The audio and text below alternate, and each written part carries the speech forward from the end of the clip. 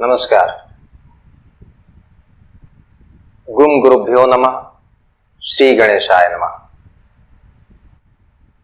नमो देव्यै महादेव्यै शिवायै सततं नमः। नमः प्रकृत्यै भद्रायै नियता प्रणता स्मताम्। भगवती महामाया को, जगदम्बा को नमस्कार है, जिनकी माया इस समस्त चराचर विश्व में फैली हुई है। समस्त ब्रह्मांड जिनकी माया से आप लावित है, उन भगवती जगदम्बा के चरणों में मैं नमस्कार करता हूं। मैं मार्कंडेय ऋषि को भी प्रणाम करता हूं, जिनके माध्यम से ऐसे तंत्र ग्रंथ की रचना हुई जो अपने आप में अद्वितीय है। इसलिए मार्कंडेय ऋषि के श्री चरणों में नमस्कार है। चूंकि आप ये वीडियोस देख रहे हैं, यह इस बात का स्पष्ट प्रमाण है कि तंत्र में, साधनाओं में आपकी रुचि है। इसलिए साधकों के लिए ही ये वीडियोस बनाए जा रहे हैं। नवरात्रि में अब कुछ ही दिन शेष हैं और हम अभी जिस समय में जी रहे हैं वह एक संक्रमण काल है। पूरा विश्व ऐसी परिस्थिति से जूझ रहा है जहां एक महामारी ने पूरे विश्व को अपनी चपेट में ले रखा है। हालांकि अब उसकी विभीषिका कम हो गई है, लेकिन आप साल 2020 के मार्च, अप्रैल और मई महीने को याद कर लीजिए, पूरे विश्व की क्या स्थिति थी। पूरे विश्व में त्राहि त्राहि मची हुई थी। कोई किसी के पास जाने को तैयार नहीं था। प्रकृति में ऐसा रौद्र रूप देखने को मिला इस महामारी का कि इंसान इंसान से भय खाने लगा, मनुष्य मनुष्य से डरने लगा, भयभीत होने लगा। भय का उत्पादन इस महामारी ने कर दिया। लाखों लोग काल कवलित हो गए। यह संक्रमण काल है और इस संक्रमण काल में आप शक्ति की उपासना करने जा रहे हैं। शक्ति की उपासना क्यों? जयंती मंगला काली भद्रकाली कपालिनी दुर्गा क्षमा शिवा धात्री स्वाहा स्वधा नमस्तुते भगवती का यह महामारी नाशक मंत्र है। जिन साधकों ने दुर्गा सप्तशती का अध्ययन किया है उनको यह ज्ञात है, और उन्होंने या उनके परिचितों ने जिन्होंने भी इस मंत्र का अवलंबन लिया, इसका सहारा लिया, उनको या उनके घर परिवार वालों को कुछ नहीं हुआ, उनके शुभ चिंतकों को कुछ नहीं हुआ, चाहे उनको जानकारी थी या नहीं थी। आप स्वतंत्र इकाई हैं, लेकिन आप एक व्यष्टि के साथ साथ समष्टि का भी हिस्सा हैं। आपके साथ कई सारे लोगों की शुभकामनाएं जुड़ी होती हैं, कई सारे लोगों की दुआएं आपसे जुड़ी होती हैं। ऐसे में आपसे सैकड़ों किलोमीटर दूर बैठा हुआ, किसी अन्य सुदूर प्रदेश में बैठा हुआ कोई साधक अगर कोई साधना करता है और आपका ध्यान करता है, आपका चिंतन करता है, और आपका चिंतन करते हुए वह कोई आहुति देता है आपके कल्याण के निमित्त, अपने स्वजनों के निमित्त, तो निश्चित रूप से आपका कल्याण होता है। आपको पता भी नहीं चलता। यह ठीक ऐसे ही है कि आप अपना कर्म कर रहे होते हैं, आप कहीं नौकरी कर रहे होते हैं, आप कहीं कोई व्यापार कर रहे होते हैं, और आपका जो मेहनत आना हुआ, आपके लिए जो राशि निर्धारित है कंपनी की तरफ से या आपके नियोक्ता की तरफ से, वह आपके खाते में क्रेडिट कर दी जाती है। आपका मेहनताना आपको मिल जाता है। उसके लिए आप कोई प्रयास नहीं करते हैं, आप सिर्फ अपना कर्म कर रहे होते हैं। आपको पता भी नहीं होता और आपके लिए राशि आ जाती है। इसी प्रकार आप स्वतंत्र हैं, लेकिन कई सारे लोगों की दुआएं आपके साथ होती हैं। इसलिए जिन लोगों ने भी शक्ति का संधान किया, शक्ति का अवलंबन लिया, वे लोग इस दुस्तर परिस्थिति से पार पा गए। अब पुनः मूल विषय पर आते हैं। शक्ति का महात्म्य। कौन है शक्ति? किस शक्ति की हम बात कर रहे हैं? विशेषकर नवरात्रि के संबंध में जब बात आती है तो इस विश्व की, चराचर विश्व की जो नियंता है, जो मूल प्रकृति है, जिससे संपूर्ण विश्व या अखिल ब्रह्मांड गतिशील है, चलायमान है, उसी शक्ति की हम बात कर रहे हैं। हमारे आपके शरीर में जो चेतना प्रवाहित हो रही है वह उसी शक्ति का अंश है।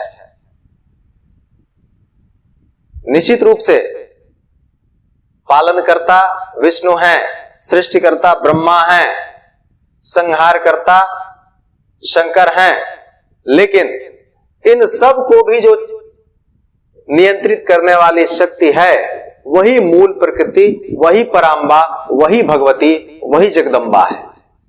उसी को महामाया कहा जाता है। मार्कंडेय ऋषि ने जो तांत्रोक्त ग्रंथ दुर्गा सप्तशती की रचना की है, जिन साधकों ने भी उसका अध्ययन किया है उनको इस बारे में निश्चित रूप से जानकारी होगी। आपके जीवन से उदाहरण लेके चलते हैं, शक्ति के महात्म्य पर ही हमारी बात होगी। आप अपना सामान्य जीवन जी रहे होते हैं, लेकिन जीवन चूंकि हमेशा एक समान नहीं रहता, इसमें उतार चढ़ाव आते हैं। जिंदगी की इस नदी में, जिंदगी के इस महासमुद्र में ज्वार भाटे उठते रहते हैं और जीवन की इस सरिता में जो उतार चढ़ाव आते हैं, जिन्हें हम सुख दुख के रूप में जानते हैं। आपका जीवन सामान्य रूप से चल रहा होता है, ऐसे में कहीं ना कहीं कुछ असंतुलन होता है, स्वाभाविक है। आप उस असंतुलन से घबरा जाते हैं, एकाएक हम कर्जे में आ जाते हैं, हमारा व्यापार मंदा पड़ जाता है, पुत्र पुत्रियां हमारा साथ छोड़ देते हैं, पत्नी साथ छोड़ देती है, पति साथ छोड़ देता है, घर वाले प्रताड़ित करते हैं, ससुराल पक्ष में प्रताड़ना मिलती है। जीवन के विभिन्न क्षेत्रों में हम पराजित होने लगते हैं, हतोत्साहित होने लगते हैं, निराशा हमारे मन में घर करने लगती है, घनघोर दरिद्रता हमें जकड़ लेती है। कल तक जो व्यक्ति अर्श पर था वह फर्श पर आ जाता है। यह तमाम स्थितियां क्या प्रदर्शित करती हैं? द इम्बैलेंस ऑफ पावर, शक्ति का असंतुलन। कहीं ना कहीं शक्ति का असंतुलन तो हुआ है। शक्ति के महात्म्य को समझिए। मेल न्यूट्रिशन साइंस में एक शब्द है, हिंदी में इसे कुपोषण कहते हैं। क्या है कुपोषण? कहीं ना कहीं शरीर में जो आहार चाहिए, जो आवश्यक विटामिन मिनरल्स चाहिए, उनकी पूर्ति नहीं होती तो शरीर में उसकी कमी हो जाती है और इस कमी का प्रभाव हमारे शरीर पर परिलक्षित होता है। यही तो कुपोषण है। और इसको दूर करने के लिए हम फिर क्या करते हैं? उन्हीं विटामिन्स की पूर्ति करते हैं, उन्हीं मिनरल्स की पूर्ति करती हैं, जिसकी वजह से यह इम्बैलेंस देखने को मिला, यह नकारात्मक प्रभाव झेलने को मिला। कहीं ना कहीं यह विटामिन मिनरल्स क्या करते हैं? वह शक्ति देते हैं, वह क्षमता देते हैं हमारे शरीर को, जिससे कि यह असंतुलन संतुलन में आ जाए। यानी शक्ति के संतुलन की बात यहां भी है। यही तो शक्ति का महत्व है। चराचर विश्व की बात कही जा रही है। चर और अचर, जो चलायमान है वह, जो स्थिर है वह, स्थावर जंगम, जो भी स्थितियां, जो भी परिस्थितियां, जो भी वस्तुएं, जड़ चेतन जो भी वस्तुएं इस विश्व में परिलक्षित होती हैं, उन सब के भीतर जो शक्ति है, उस शक्ति का समन्वित रूप जगदम्बा की शक्ति है। वही इस ब्रह्मांड की नियंता है, नियंत्रिका है, और उसी के हाथों में हम सब के सांसों की भी डोर है, हम सब के जीवन की डोर है। हम सब के बारे में क्या अच्छा है क्या बुरा है उसको अच्छे से मालूम है। आप और हम जब इस शक्ति को जानकर भी इससे अनजान बने रहते हैं, इसके बारे में हम सुनकर भी अनसुना कर देते हैं, तो कहीं ना कहीं शक्ति का इम्बैलेंस तो हमें देखने को जीवन में मिलेगा ही मिलेगा। मुझे जो लोग व्यक्तिगत रूप से जानते हैं, शक्ति के महात्म्य पर ही चर्चा कर रहा हूं, मुझे व्यक्तिगत रूप से जो लोग जानते हैं उनको अच्छे से मालूम है मेरे जीवन में 18 वर्ष राहु की महादशा रही, और राहु मेरा बहुत खराब पोजीशन में है। उसकी जो दृष्टि है ऐसे स्थान पर है और उसकी स्थिति जन्म पत्रिका में ऐसी जगह पर है जिससे कि मेरे जीवन के सुख, चैन, राज्य सुख, भूमि सुख, भवन सुख, वाहन सुख, धन का सुख, सब कुछ डिस्टर्ब हो गया। जाहिर सी बात है कि जब जन्म पत्रिका में यह योग है, जब उसका समय आएगा तो निश्चित रूप से वह नकारात्मक फल अपने समय में देगा। ज्योतिष के जो लोग हैं उनको अच्छे से जानकारी है, जिनको ज्योतिष नहीं आती वह इस बात को सामान्य रूप से समझ लें कि आपने भूमि में कोई बीज बोया, वह समय आने पर ही अंकुरित होगा। जो बीज आपने बोया है वह तत्काल फल नहीं देगा, उसका एक समय निर्धारित है, उसी समय पर वह अंकुरित होगा, पुष्पित फलवित होगा और अपेक्षित वृक्ष में परिणत होगा। तब उसका जो फल है, जो उसका रिजल्ट है, जो उसका गुणधर्म है, वह हमारे सामने आ जाएगा। इसी प्रकार जन्म पत्रिका में जो जन्म के समय ग्रह जिस स्थिति में थे, नवमंडल में जहां थे, जिन जिन राशियों में स्थित थे, और उस समय आप जिस महादशा में, जिस अंतरदशा में इस पृथ्वी पर आए, उस समय एक पृथ्वी में, इस अस्तित्व में आपकी उत्पत्ति हो गई, इस ब्रह्मांड में आपकी उत्पत्ति हो गई, आपका अवतरण हो गया। उस समय जो जो ग्रहों की स्थितियां जैसे जैसे थीं, कालांतर जब उन ग्रहों की वैसी दशाएं आएंगी तो उन दशाओं में वह अपना फल देंगे। उन ग्रहों को यह शक्ति कहां से प्राप्त हो रही है, उन ग्रहों को यह शक्ति कहां से मिली,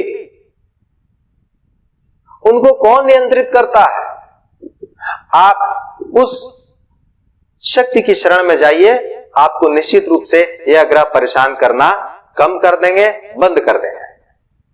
लेकिन आपको उस स्तर का साधक तो होना पड़ेगा, आपको ऐसी क्रिया तो करनी पड़ेगी। आपको अगर बबूल नहीं चाहिए तो आपको बबूल को हटाने का प्रयत्न तो करना होगा, उद्योग तो करना होगा। आप सोचे कि नहीं, आप कुछ कर रहे नहीं और आपके जीवन से यह बबूल जो शूल है वह आपके जीवन से हट जाए, तो ऐसा संभव नहीं है।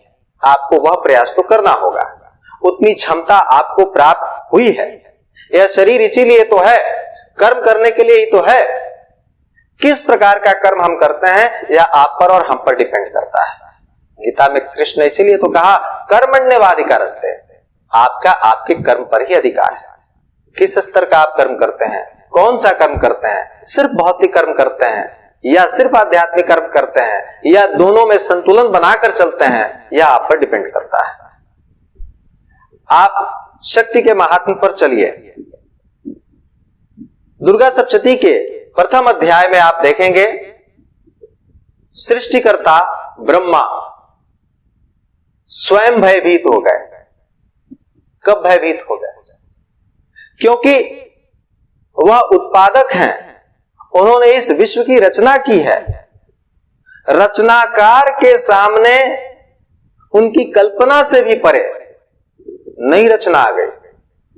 सृष्टिकर्ता के सामने नई चीज सृजित हो गई, मधु और कैटव के रूप में। यही तो भगवती का खेल है जिसे आपको और हमें समझना पड़ेगा।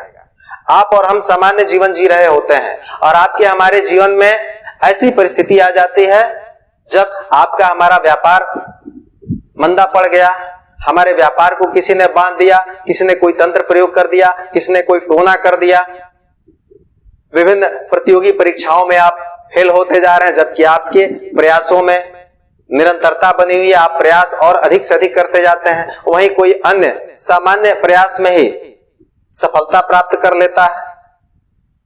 पुत्र पुत्रियां साथ छोड़ रहे हैं, कुमार्गी हो रहे हैं, जीवन में आपकी घनघोर निराशा फैल रही है, कर्जा हो जाता है, अच्छा खासा चलता हुआ व्यापार चौपट हो जाता है, दारुण दुख भोगने पड़ते हैं, घर परिवार से ताने मिलते हैं, पति प्रताड़ित करता है, पत्नी की भी प्रताड़ना झेलनी पड़ती है, घर परिवार समाज में विभिन्न प्रकार की नकारात्मक परिस्थितियां झेलने को मिलती हैं। यह सब इम्बैलेंस ऑफ पावर है, शक्ति का असंतुलन है। ब्रह्मा भी हैरान हो गए, उनके सामने यह क्या हुआ? वे तो समस्त विश्व के सृजनकर्ता हैं, उनके सामने यह चीज कहां से सृजित हो गई? मधु और कैटव कहां से आ गए? मधु और कैटव इस बात का प्रतीक हैं कि आप विष्णु की तरह सो रहे होते हैं, आप दुनियादारी के काम में व्यस्त होते हैं, आपको पता नहीं होता, और आपके पीठ पीछे आपका शोषण करने वाले, आपका मान मर्दन करने वाले, आपकी संपत्ति का हरण करने वाले, आपके व्यापार को बांध देने वाले, आपके जीवन में विभिन्न प्रकार की नकारात्मक परिस्थितियां पैदा कर देने वाले असुर विभिन्न प्रकार के मधु और कैटव उत्पन्न हो जाते हैं। विष्णु योग निद्रा में थे और उनके कर्ण मैल से मधु और कैटव की उत्पत्ति हुई। थोड़ा सा सुनने में अजीब लगता है, कर्ण मैल क्या है? क्या विष्णु के भी शरीर में मैल इत्यादि उत्पन्न होते हैं? इस बात को, यह प्रतीक रूप में इस बात को आप लीजिए, क्योंकि तंत्र ग्रंथों को समझने के लिए हमारी वैसी तात्विक दृष्टि भी होनी चाहिए। आप शब्दशः वहां जाते हैं, ठीक है, आप जाइए, लेकिन इसके पीछे की मूल भावना को भी आप समझिए। आप और हम खेत में जो कोई भी फसल बोते हैं, क्या खेत वही फसल सिर्फ हमें देती है? उसके साथ साथ कुछ अवांछित चीजें भी उत्पन्न होती हैं। यही तो खरपतवार हैं, यही तो असुर हैं, यही तो मधुकैटव हैं, यही तो उस फसल की जीवनी शक्ति को, प्राण शक्ति को सबसे ज्यादा अवशोषित करते हैं।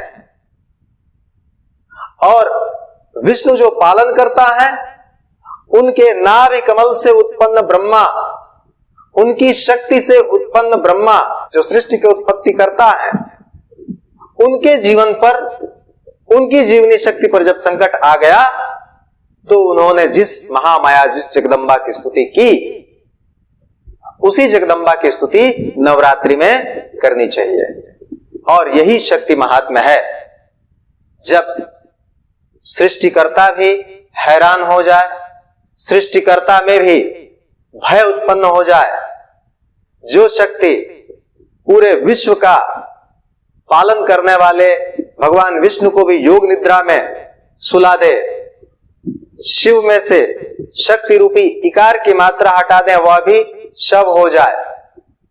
शिव में से इकार की मात्रा हटा दीजिए, वह शव हो जाएंगे, अर्थात शक्तिहीन शिव भी शव हैं।